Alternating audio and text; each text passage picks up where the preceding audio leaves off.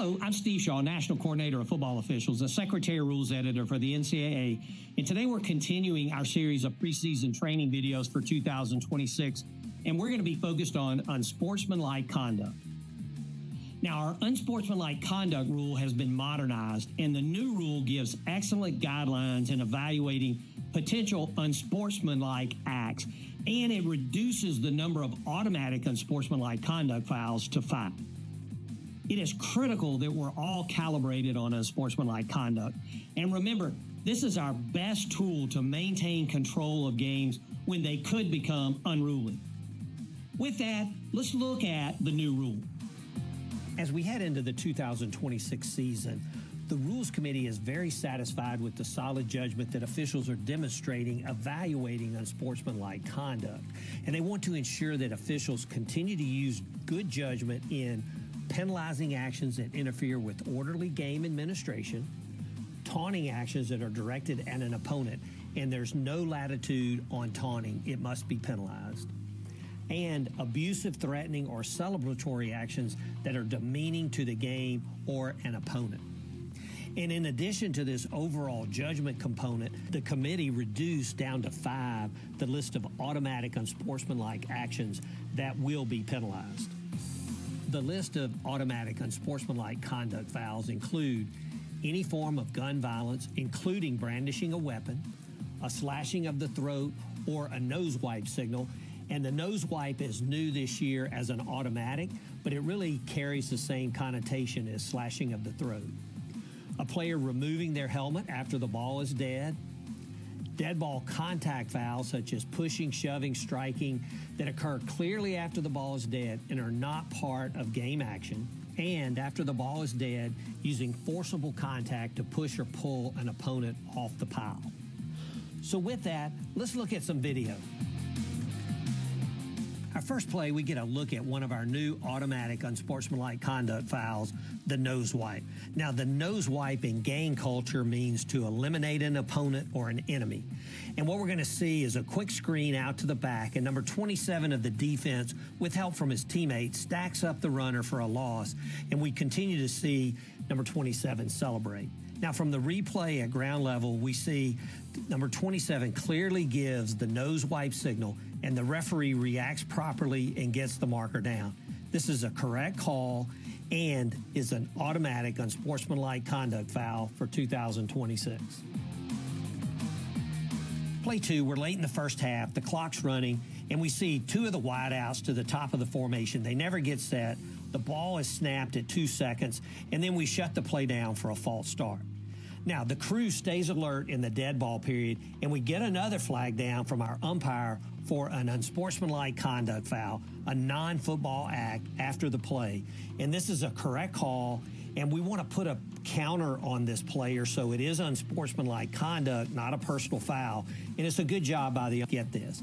Now, because the false start was after the 2-minute timeout, it involves a 10-second runoff. Now, we need to explain this to the coaches, because if the defense elects the 10-second runoff, and they most likely will to end the half, then the offense, if they don't use their timeout, then the half is over, because the 10-second runoff would take it down from 2-0, and then the dead ball and sportsmanlike conduct foul would carry over to the second half kickoff.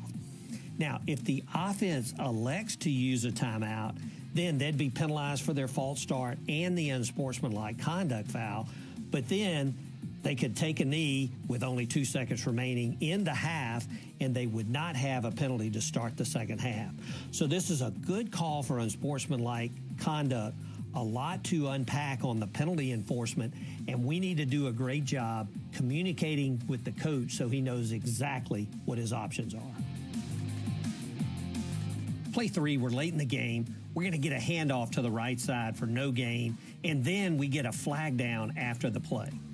And as we go back and take a look at the replay, we see number 90 for the defense. He gets in his opponent's face, and then he's going to spit into the face of his opponent. And it's a good alert by the center judge to get the marker out here. And this is a flagrant unsportsmanlike conduct foul. And we get an excellent announcement by our referee. After the play, flagrant unsportsmanlike conduct, number 90 defense. The 15-yard penalty And it is important to note that if a player is ejected, he must leave the playing enclosure under escort of team personnel. It's not like a disqualification after targeting where the player can stay in the team area with teammates. Ejected players must leave the playing enclosure. Play 4, the quarterback drops back. He's going to throw long over the middle, and the receiver makes the catch for a big first down, and then a flag comes out from our umpire just after the play.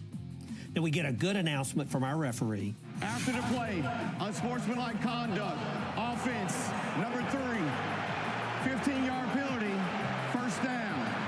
That is number 3's first unsportsmanlike of the game. And as we go back and take a look at the replay, we see that the player simulates the firing of a weapon.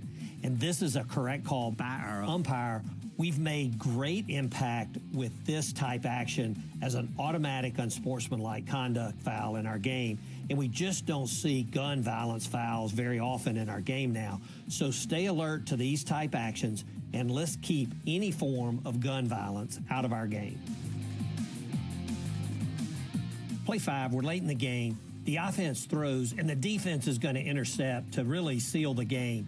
And then we see number 1, he gets up, and he's going to run down the field. He removes his helmet, he showboats, and we get the marker down for unsportsmanlike conduct.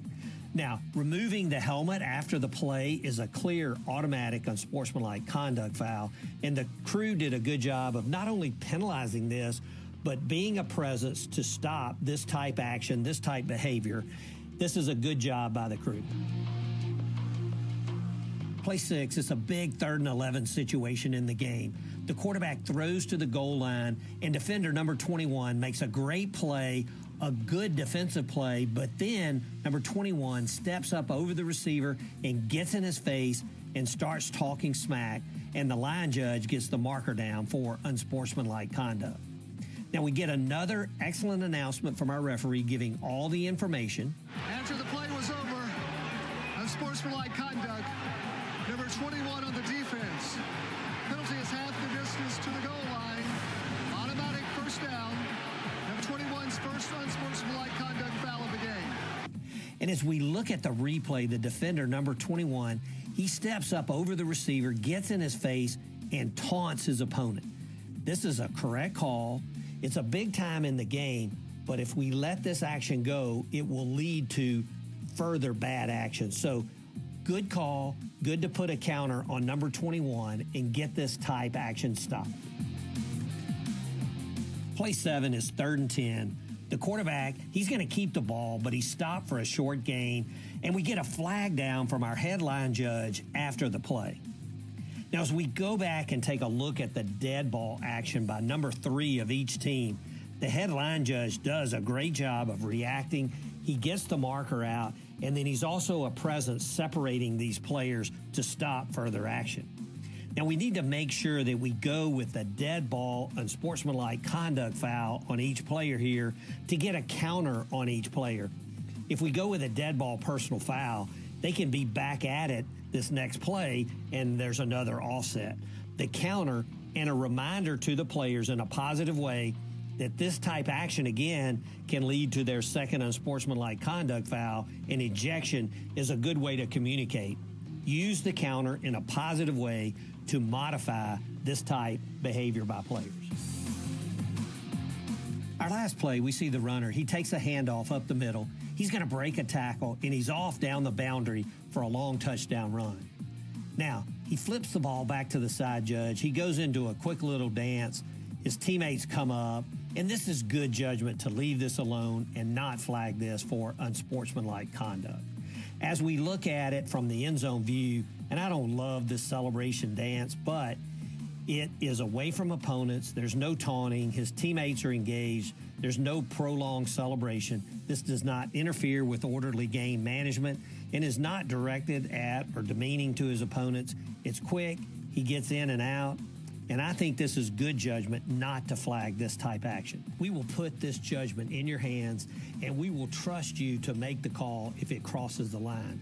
But good judgment here not to penalize this quick, weird celebration.